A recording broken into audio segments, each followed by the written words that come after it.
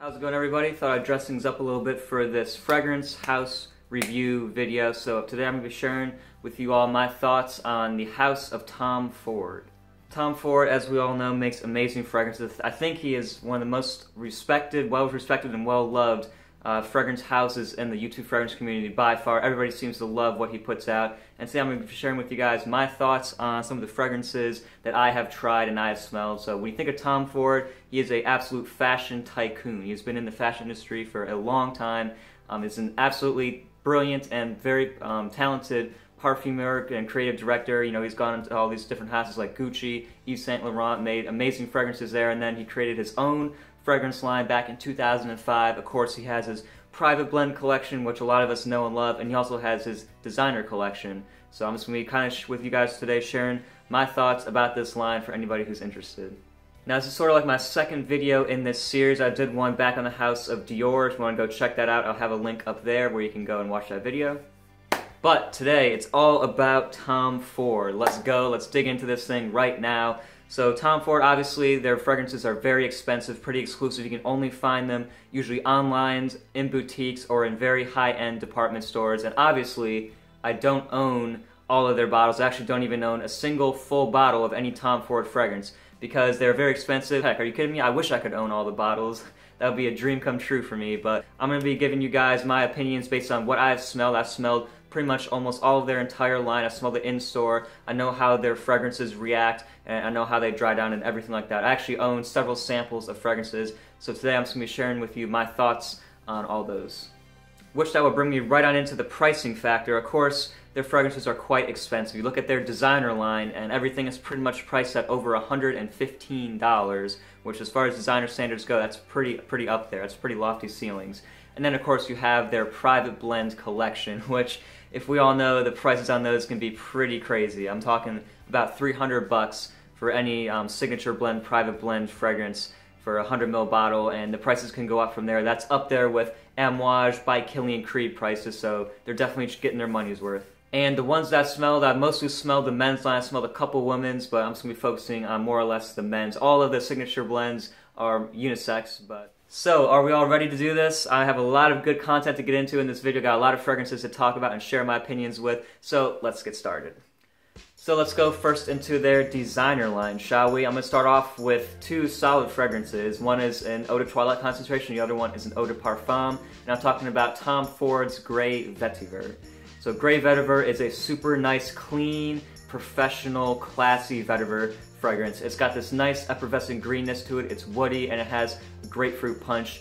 I would say that the Eau de Parfum definitely stronger, but the Eau de Toilette is also very nice. A really good springtime offering. Now let's go with Noir and Noir Extreme. I'm going to be talking about the Noir Eau de Parfum, the black bottle. I actually have several samples of that. I wore that not too long ago, actually. That is one of my favorite dressing up fragrances for formal occasions, dressing up suit and tie, black tie formal event. It's awesome for that. It's a powdery fragrance. It has so many notes. It has rose, it's spiciness, it's very dark, and it just smells really, really good. It has this chocolatey patchouli thing going on in there as well. So I really, really enjoy Tom Ford Noir. It's got this James Bond type feeling to me, and I think it's really, really good. As for Noir Extreme, not the biggest fan. I know this one gets a lot of love in the fragrance community, but for me, for some reason, it just has that kulfi note, which is an Indian dessert, and to me, it just smells very weird. Like, it smells okay, but do I really want to smell like that type of dessert? Not really. So for some reason, it just doesn't do it for me. I much prefer Noir, the Eau de Parfum, over Noir Extreme. That's just me. And the last one I'm going to be talking about from their designer line is going to be Tom Ford for Men. So this Tom Ford for Men, right, it's a fresh, spicy, classic masculine scent. You think about it, it's got the ginger, it has some citruses, some woods, and it has sort of a tobacco earthy base. Pretty nice scent, not really my thing. I think it definitely skews very mature, very gentleman-ish, and I don't think that's not really my thing. So as far as their designer line goes, it's kind of hit and miss with me. I feel like they have a couple good offerings and a couple ones I'm not so crazy about. And that's been pretty much the theme with the entire Tom Ford line. I know some of these Tom Ford fragrances in the private blend collection, which I'm about to get into, are compliment monsters, guys. Woo! They are amazing in the compliment category, but some of them are just horrible. Like, I just hate to smell them so bad. So definitely a very polarizing house. And Tom Ford is a house that you cannot really blind buy from. I would not recommend blind buying it because it's very expensive, pretty pricey, and you could get burnt big time. So definitely go smell these out in some high-end department stores, get some sample packs or whatever you got to do, and that's what I would recommend with that. So just know that there are some fragrances that are amazing and some that are just bad. So let's get into this private blend collection right now. The private blend collection, or their signature collection, is meant for blending. So I guess the idea was to get all these fragrances and be able to blend them together. The performance on all of these, or most of these, is pretty good. And like I said, a lot of love for these ones. These are extremely well known in the fragrance community, very popular, so let's go right in.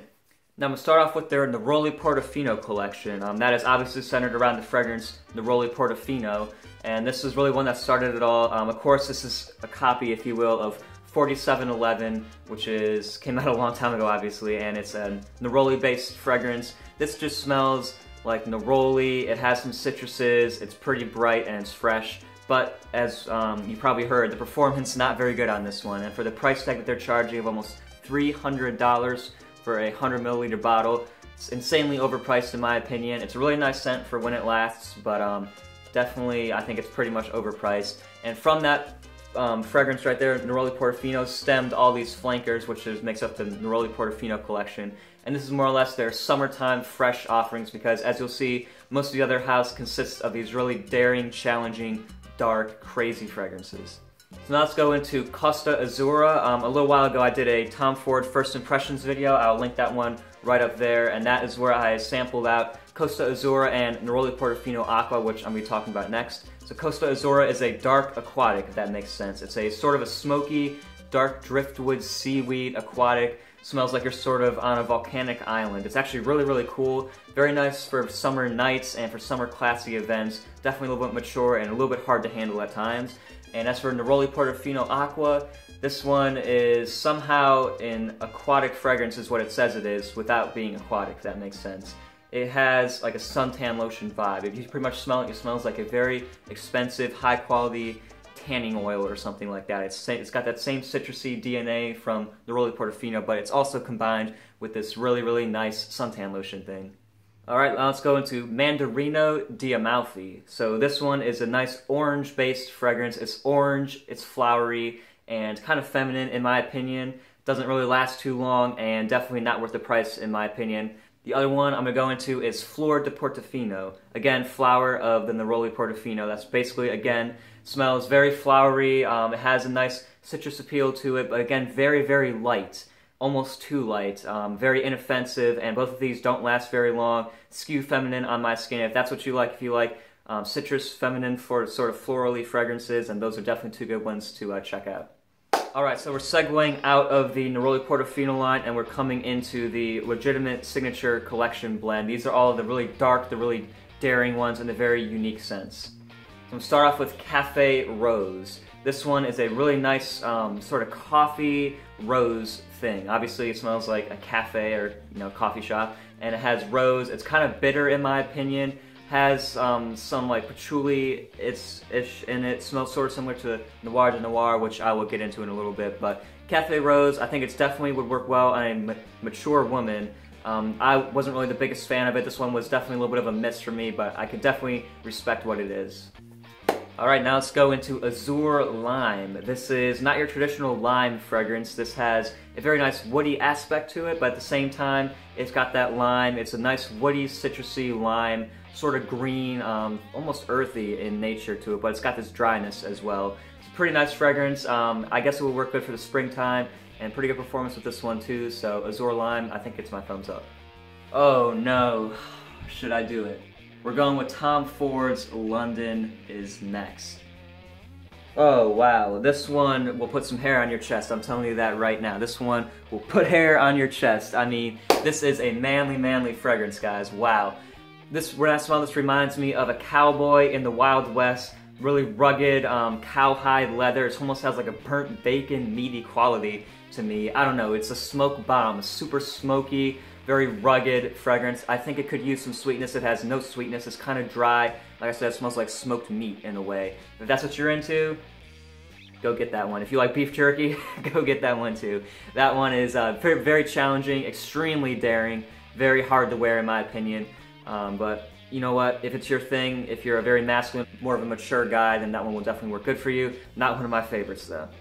Now let's go into Noir de Noir. This one, I thought I was really going to like it. You know, I was going into it saying, okay, this has like a chocolatey patchouli thing. It's going to be pretty good. But when I smelled it, the notes just didn't really quite fit together for me personally. The rose was kind of overpowering in the opening. It wasn't as chocolatey as I was thinking it was going to be. The patchouli had kind of a weird texture to me. Wasn't the biggest fan of Noir de Noir. Definitely, again, skews very mature. I can definitely see this one working well on an elderly lady. Just has that kind of old grandma type feel. Next, let's go probably into what is their most popular, most successful, most talked about, most well-known fragrance, Tobacco Veni. For good reason, this one is extremely popular. I actually love this stuff. This is one of my most complimented, actually the most complimented fragrance from the Tom Ford line that I've tried so far. It is an amazing wintertime scent, obviously tobacco and vanilla. It's got this very damp, wet tobacco in the opening, which I don't really like too much. It's got the cocoa and the spices as well. But once it dries down, it smells like a very nice, dark, creamy, thick vanilla with a nice, spicy, masculine tobacco in there. And it is awesome, guys. Wow, the longevity on this thing is killer. 20+ hours pretty much every time I wear it. And this is one of my most worn winter scents. And it's definitely a compliment magnet for me. I get noticed every time I wear it, and it's really one of my favorites. So this is one that I would actually consider purchasing a bottle of. I know it's pretty pricey, but I think it's definitely worth the money. Alright, next let's go with their oud line. They have a couple oud-based fragrances. I'm going to go with Oud Fleur, which is oud flower. This one, no. I don't really like flowery fragrance too much, and I don't really like oud too much. And I just smelled this one, and when you combine those two together, it's just a really weird concoction, in my opinion. It just smells like a kind of a weird, dark, flowery thing. It's very sharp. It has that very stinky oud quality to it. I do not like this one whatsoever. I think it's a total dud in my opinion. But again, my nose could be completely different than yours. With all of these, go try these out for yourself. Now let's go with an actual oud fragrance that I do like from the Tom Ford Private Blend Collection. This is Oud Wood. I talked about this one on my channel, a good deal in the fall. It's a very, very nice, creamy oud in the opening. It's a fresh oud at the same time, so it's not really stinky or animalic at all. It's very nice, it's very pleasant, and then it transitions to a dry spiciness. As it dries down, it gets drier and spicier, and smells phenomenal, guys. I actually wore it a couple days ago. Great for high-class occasions. Does get me compliments as well. Wonderful for the fall time. Very mature, very classy. It just has an aura of elegance around you. So Oud Wood is definitely a hit from the house.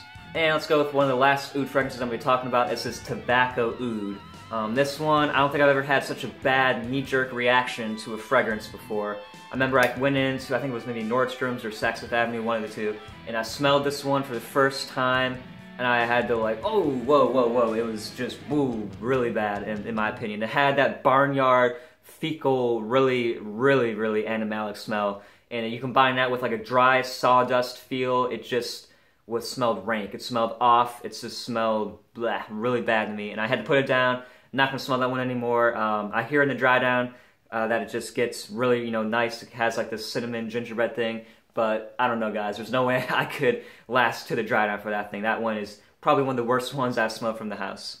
Now let's go with, I guess, a fragrance aimed a little bit more at women. This is Santal Blush. This is a very nice sandalwood-based fragrance. That's pretty much all that I got from it. It was very nice sandalwood sorts. Smelled sort of similar to Le Labo Santal 33. This one, just like I said, a very nice sort of a powdery sandalwood scent. So if that's what you're into, that's a pretty good one. Again, not one of my favorites though. Alright guys, almost done. I have two left, and we're going with Tom Ford Tuscan Leather. Had to mention this one. This is, again, one of my all-time favorites. It's right up there with Tobacco Veni. I love this stuff so much. It's a fizzy raspberry in the opening, and it's combined beautifully with a ashy, smoky, dark leather. Those two you never would think would work together, but they combine so beautifully. They create a dark, sumptuous, very mysterious and alluring scent. It's very masculine, it's very bold and brash, but somehow is refined and very upscale. So Tuscan Leather is amazing. Amazing performance on it as well. Gets me compliments too, which I would never guess, and is one of my go-to options for special night out occasions. And we're going to end things, guys, with Tom Ford Venetian Bergamot. This is not your typical bergamot fragrance. It's not like Atelier Cologne Bergamot Soleil, which is super bright and energetic. This is more of a calming, more of a woody, refined version of bergamot. This is a floral, woody bergamot fragrance. So if you can imagine what that would be, it has a nice dry woody accord in there. It has some floral nuances, some white floral and some yellow floral nuances, and it has a nice crisp bergamot to bring it all together. It's a pretty good scent. I think it would probably fit best in the springtime, and definitely more on a mature crowd. So a lot of these fragrances don't skew young whatsoever. They definitely skew mature. That's what I've sort of figured out from the blend collection. So those are just all of the fragrances that I have tried / owned samples of from the Tom Ford, just overall the Tom Ford house. Let me know if I missed any of your favorite fragrances in the comment section down below. I hope you enjoyed this sort of a house review video, and like I said, let me know what you thought about it in the comments down below. I'll see you guys later with another video. Peace out.